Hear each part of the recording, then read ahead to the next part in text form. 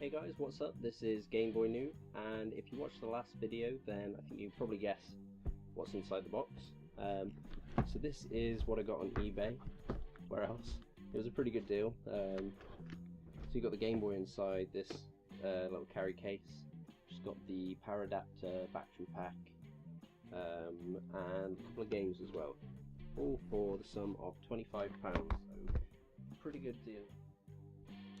Okay, so shouldn't really be anything wrong with this. They said there's a couple of scratches on the screen, but I can get a new screen cover for it, so that's not really a problem. I wasn't really fussed with this carry case when I saw it on the auction, but now that it's got here, I've had a look inside. It's actually pretty nifty. You know, you can fit just about everything you're going to need to take with your Game Boy inside in one place. You've got your power adapter, batteries, earbuds, magnifier, Game Link cable. You can fit 4 cartridges in there as well. Obviously, Game Boy sits in, it's held in by the grips, it's not going anywhere. Pretty good.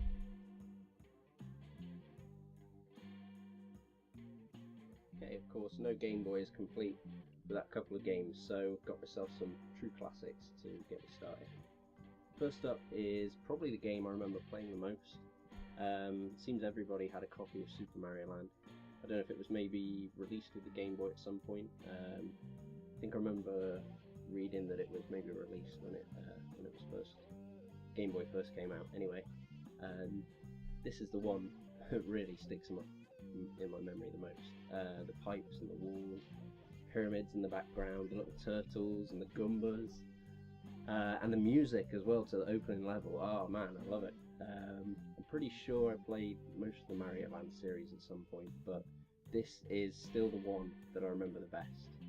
And of course, because it's a Game Boy Color, that means that Mario's in color, which is pretty confusing at first, as I'm used to playing it in black and green, in monochrome. It does a pretty good job though. But that is another thing I find pretty appealing about the Game Boy Color.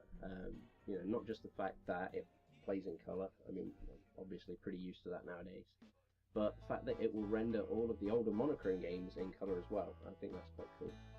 And I'd wondered about how that worked for years, to be honest. So before I got the Game Boy, I did a little digging, because I was sure I remembered there being some way to bypass the color and just play it in black and white. And as any of you seasoned gamers probably know already, there is. In fact, Nintendo went one better than that, but I'll get to that in a minute. Okay, so next up is another favourite of mine, Tetris. I mean, I've played so many different versions of this, it's untrue. But it wouldn't really be much of a Game Boy without a copy of Tetris, would it? So, not a lot needs to be said about this. Even more of a classic than Mario, I think. Not sure who came first. So if you live under a rock or something and you've never played Tetris before, honestly, type it into Google right now, go play it somewhere, because it is freaking awesome. Again, Tetris benefits quite nicely from the backward compatibility of the Game Boy Color. In fact, it's one of around 98 games that each had their very own color palettes programmed into the chip that was inside the actual Game Boy itself, the Color Game Boy. There is a list online somewhere. Wikipedia only lists about a handful of them, and most Google searches bring up a few speculative forum posts, but there is, I found a pretty complete list. It seems pretty complete, so I will link that below or whatever, because it took me ages to find it, and I'll save you the hassle if you need to know. So one of the reasons for the colour working so well on both of these games is because of the special palettes that Nintendo programmed in, mostly for their big sellers and classic games. And now this is another game that was apparently deserving of the special palette, Kirby's Dream Land. I say apparently because I don't think I've ever played this one before.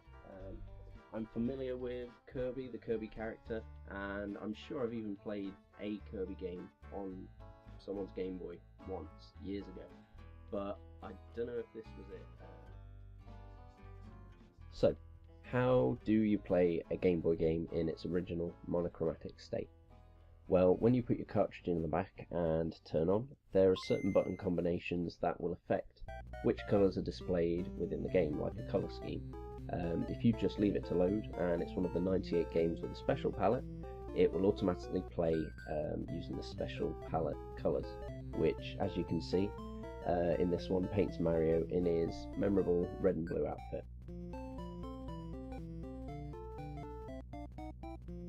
However, if you were to hold left and B during the start screen, that would set the colour to grey, which is in effect the same as playing the original. But that's not all, because if it's not one of the 98 special palette games, then it will default to another palette, or rather one of 11 other palettes. There are greens, pastels, yellows, blues, reds, browns, orange. Combining any one of the 4 direction buttons at the menu screen with either A, B or nothing at all, will select one of the 12 palettes. Some of them are a bit bizarre, some not so bad. I think it really depends which game you're playing as to which one is going to work better. If there's quite specific colours associated with the characters and the game already, and the Game Boy can't match them, it looks a bit weird, but most of the time one of the 12 will do. So I'm not really sure if you leave the Game Boy untouched, whether it will just pick one at random, or if there's a default colour scheme it will always go to, but there are quite a few. There's even an inverted colour scheme, so I've had a bit of fun playing about with that. That was good. Again, I'll stick a link to these palette codes in the description too for you, for anyone who wants to know. I'd really like to be able to play and talk at the same time, guys, but you know, just using the Game Boy, but I don't know how easy that's going to be. You kind of need to hold still a ridiculous amount just to film this way, so it's not going to be too productive.